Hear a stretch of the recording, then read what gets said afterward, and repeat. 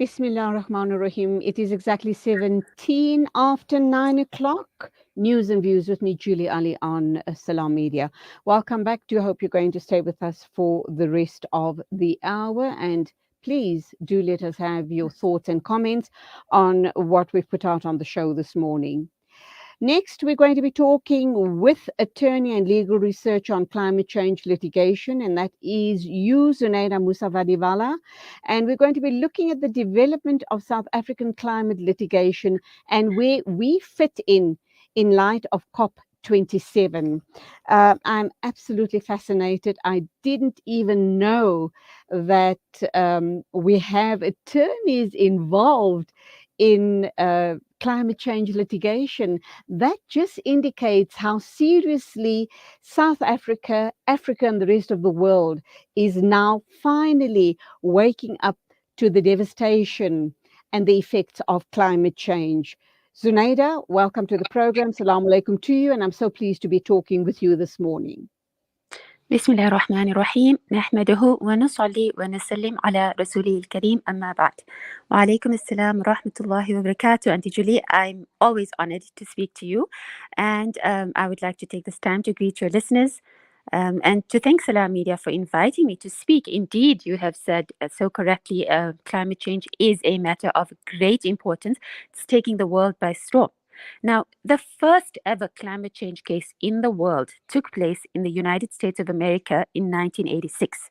In this case of Maine versus Taylor, the US Supreme Court upheld a patently discriminatory law on the banning of live bait, and this even though commerce may have negatively been affected. And the reason behind this was the legitimate concern for the environment. Now, you may be wondering why I tell you the story and what relevance it has.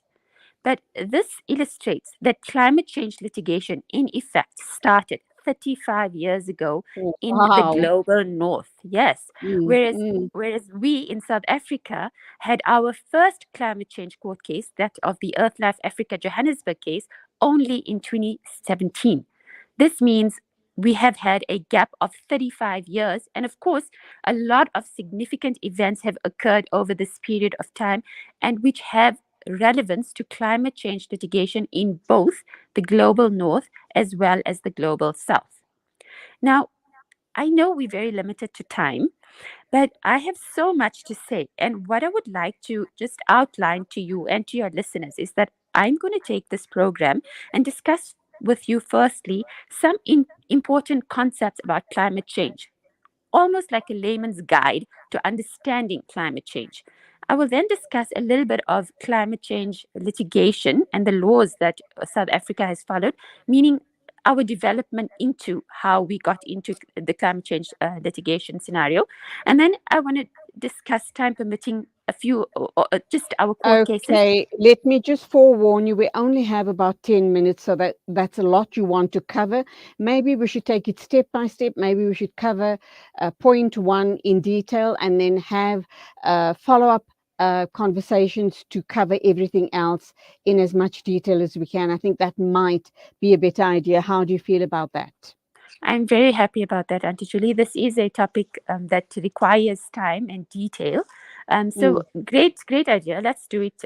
Point one of my plan, which is to discuss the important concepts before I go into the legal aspect of climate change. Perfect. Why should we as lay people be worried about the issue of climate change? Is it our responsibility? Is it government's responsibility? And who should be taking the lead in this matter? So those are very important questions, and unfortunately, they are not to be answered in a simple way.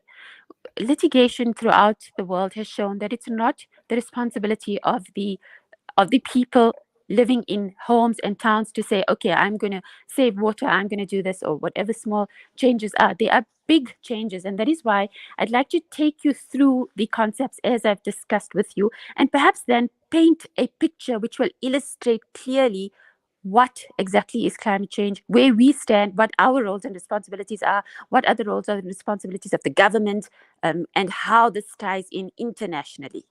Perfect. So go ahead. I hand over to you to talk to us about point one regarding climate change litigation in Africa, current status and future developments. Thank you, Auntie Julie. So, as an introduction, I'd like to tell you that with the advent of the years 2020 and 2022, everything related to climate change suddenly is burgeoning and it's flourishing, not only in South Africa, but across the world and around the world. So, this is naturally bringing about two things. Firstly, an awareness of climate impacts, and secondly, the rights and the responsibilities that are being entrenched in court cases around the world. Now, we should remember that climate change is something unique because it addresses a complex global environmental challenge. What I mean by this is that it's not confined to geographical boundaries. So naturally, climate change and climate change litigation, and when I say litigation, I mean cases that happen in the courts, then these are bound to have a transnational character. Now, with that, it has been said, and I quote, I'm not sure who said it, but I've come across this quote so many times, that climate change is the most challenging problem of our times. And it is already, and this we can see, Pakistan at the moment, Durban recently in our own country, it's wreaking havoc and destruction. Now, before, as I said to you, starting with a few concepts I would like to explain, right? The first one is the United Nations Framework Convention on Climate Change, or in short, UNFCCC. Now, this is one of the three Rio Conventions. This was a document drafted on the 9th of May 1992, and at that time had 165 signatories. It came into effect on the 21st of March 1994. Very important, the objective of the UNFCCC is, and I quote, to achieve the stabilization of greenhouse gas concentrations in the atmosphere at a level. Okay, Sorry, Zunaida, Auntie Julie. I Am I lost back? you there for a minute. You're back. Yes, thank you. Perfect, thank you. So I was busy with my quote, and I said the objective of the UNFCCC is to achieve the stabilization of greenhouse gas concentrations in the atmosphere at a level that would prevent dangerous interference with the climate system. Now, this UNFCCC is actually the parent treaty of, firstly, the 1997 Kyoto Protocol, and secondly, the 2015 Paris Agreement, which I'm sure you must have heard a lot about. Yes, But I have. the bottom line is that both of these are legally binding international treaties.